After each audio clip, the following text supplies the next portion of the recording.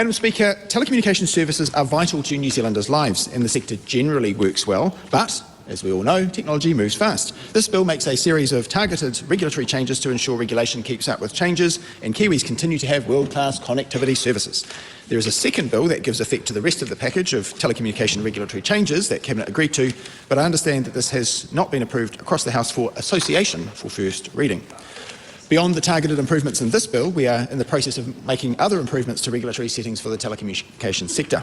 We're making critical updates to the National Environmental Standards on telecommunications facilities as part of the Resource Management Act changes, or rather replacement, as well as removing barriers from the activities of fibre companies so that they can innovate and expand.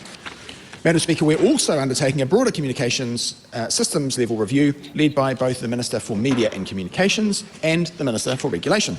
Decisions following that review are yet to be made, but I understand that ministers have worked to avoid duplication between the changes made in this bill and the matters that the Ministry for Regulation has been looking into. There are three key issues in the Telecommunications Amendment Bill. First, the bill makes permanent the rights that allow fibre providers to access shared property to install fibre.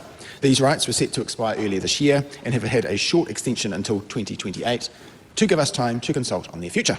As many of you will know, colleagues, friends, fibre broadband has economic and social benefits that come from Kiwis making use of the high-speed, reliable telco services. But without these rights, some consumers will be at the mercy of an unresponsive or unsupportive neighbour if they want to use shared property to connect to fibre.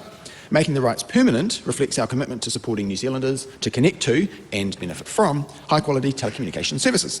This government is also committed to protecting the rights of property owners, and so the bill makes the existing protection mechanisms for these people permanent as well.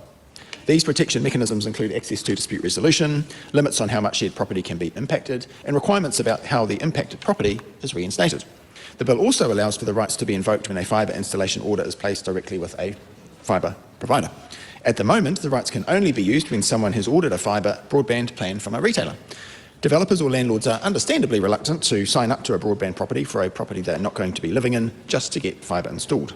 But the change in this bill means that a property owner, or again a developer, with a shared driveway can use the rights to get fibre installed before anyone moves in, without having to sign up to a fibre broadband plan. It will therefore support more properties to be fibre ready and improve access to fibre for more New Zealanders. The protection mechanisms for affected property owners will also apply in these circumstances, balancing the benefits for consumers who want to connect with fibre with impacts on other property owners. Second of the three promised areas, Madam Speaker, the bill makes it mandatory for large retail telecommunications companies to be part of an industry dispute resolution scheme if they aren't already.